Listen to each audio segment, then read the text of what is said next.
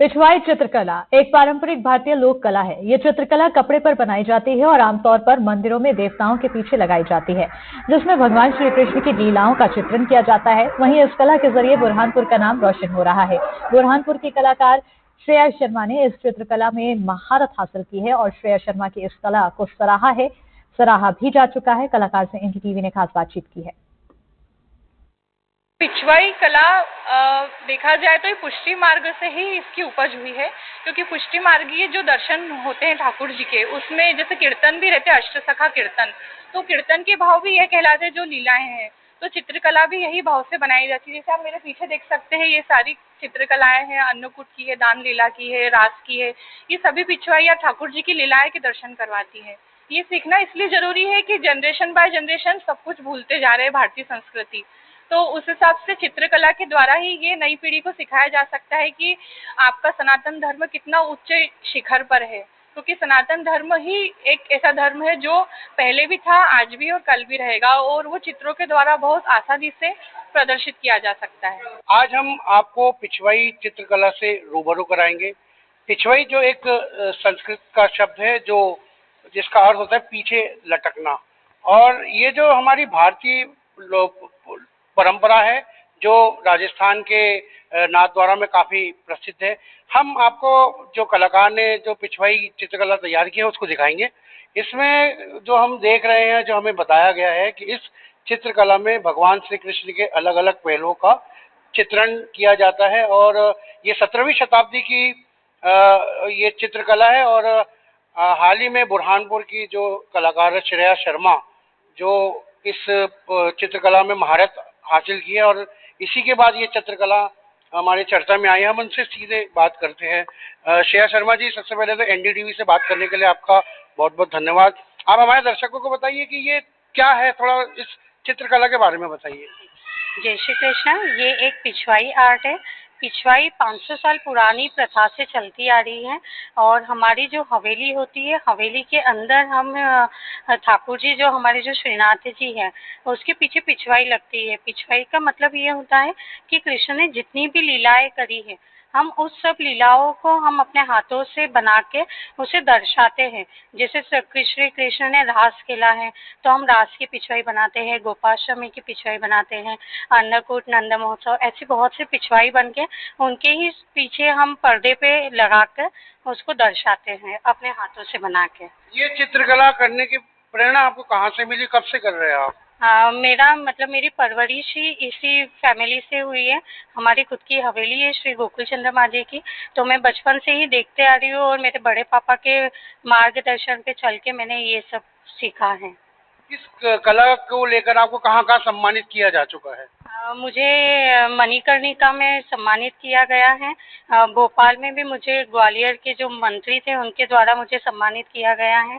इधर अभी हर्ष सिंह सर जो कलेक्टर जी हैं उन्होंने, फिर श्री अर्चना चिटनीस जी ने, और पूर्व कलेक्टर जो थे प्रवीण सिंह सर, उन्होंने भी मुझे सम्मानित किया था। कहाँ कहाँ से अब आपके पास डिमांड आ रही है कि अब उन्हें ये चित्रकला चाहिए, थोड़ा बताइए। मुझे अमेरिका से भी आता है, विदेश में भी मेरी सब सेल होती है पेंटिंग्स। बेंगलोर, पुणे, मुंबई, हर जगह अभी मेरा चल ही रहा है। हमारे साथ मौजूद है भागवत भूषण श्री कृष्ण हरि कृष्ण मुखिया जी, जिन्होंने 300 से अधिक भागवत कथाएं कर चुके हैं। हम उनसे बात करेंगे। हमने भी उनके मुख से श्री कृष्ण की लीलाएं तो सुनी है, लेकिन हम उनसे पूछेंगे, आप जब श्री कृष्ण जी की आप वाचन करते हैं और ये चित्रकला में क्या आप देखते हैं, इस बारे में आप बताइए। हमारे वहाँ क्या होता है कि जो चित्रकला हो है, तो ठाकुर जी के दर्शन करने जाओ, भागवत जी के दर्शन करने जाओ, तो बोलते बोलते ऐसा भाव आना चाहिए कि वो सामने सुदामा जी खड़े हैं, कृष्ण भगवान खड़े हैं, तो वो जो चित्रण दिमाग में आता है, तो वही चित्रण हम लोग पिछवाई पर्दे के रूप में पिछवाई पर ले लेते हैं उसको। वाचन करने में और चित्रण करने में कौन सी चीज कठिन है? वाचन करना तो सब बहुत बड़े सारे लोगों को समझाना पड़ता है। चित्र में अपन कुछ इधर उधर की भूल भी हो सकती है, तो वाचन कला तो सबसे श्रेष्ठ है, और वैसे भी बोलने को सबसे अच्छा बोलना बताया है। आपके परिवार की नई पीढ़ी की एक कलाकार ने इसको अपनाया है, कैसा लग रहा है और क्या कहेंगे आप? बहुत अच्छा लग रहा है। हमारे परिवार में वैसे ही कलाकार लोग हैं। हमारे जो गुड्डू भाई है वो हारमोनियम भी बजाते, ढोलक भी बजाते, कीर्तन भी करते हैं। हमारा जो संप्रदाय है उसमें 3 चीज का महत्व है, राग, भोग और श्रृंगार। राग यानी अलग अलग प्रकार के राग। तो यहाँ के जो राग है उसको हवेली संगीत के नाम से जानते हैं। भोग, अलग अलग भोग, एक ये जो जितनी 56 भोग वगैरह हुआ ये सब इसी पुष्टि मार्ग से प्रकट हुआ है। और उससे ज्यादा श्रृंगार, तो ये जो कलाएं हैं, श्रृंगार नए नए श्रृंगार करना है उसका, तो जो कलाएं हैं वो सारी कलाएं यहाँ मौजूद है। हमारे वहाँ क्या होता है, जैसे ठाकुर जी के अन्नकूट के दर्शन कर रहे हैं, हिंदोला के दर्शन कर रहे हैं, तो पीछे जो पर्दा रहता है वो वही होता है। तो हम दर्शन करते हैं ठाकुर जी का, और दर्शन करते को जब हिंदोले के पिछवाई के पर्दे के दर्शन करते हैं हमारे मन में बहुत प्रसन्नता होती है।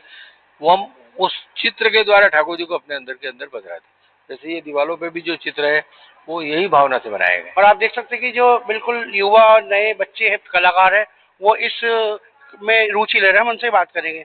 बताइए यहाँ क्या सीखने आप आ रहे हैं? ड्राइंग, पेंटिंग, स्केचिंग सब। क्या नाम है इस कला का? पिछवाई। क्या किस भगवान की यानी इसमें दर्शाया जाता है? श्रीनाथ जी। अच्छा लग रहा है आपको सीखने? हाँ। क्या नाम आपका? धारा श्रॉफ। और कलाकार, आपका नाम क्या है? अद्विता शर्मा। तो बताइए क्या सीखने आ रहे हैं आप यहाँ? Drawing, painting, sketch. कौन सी कला है? पिछवाई कौन सी कला है?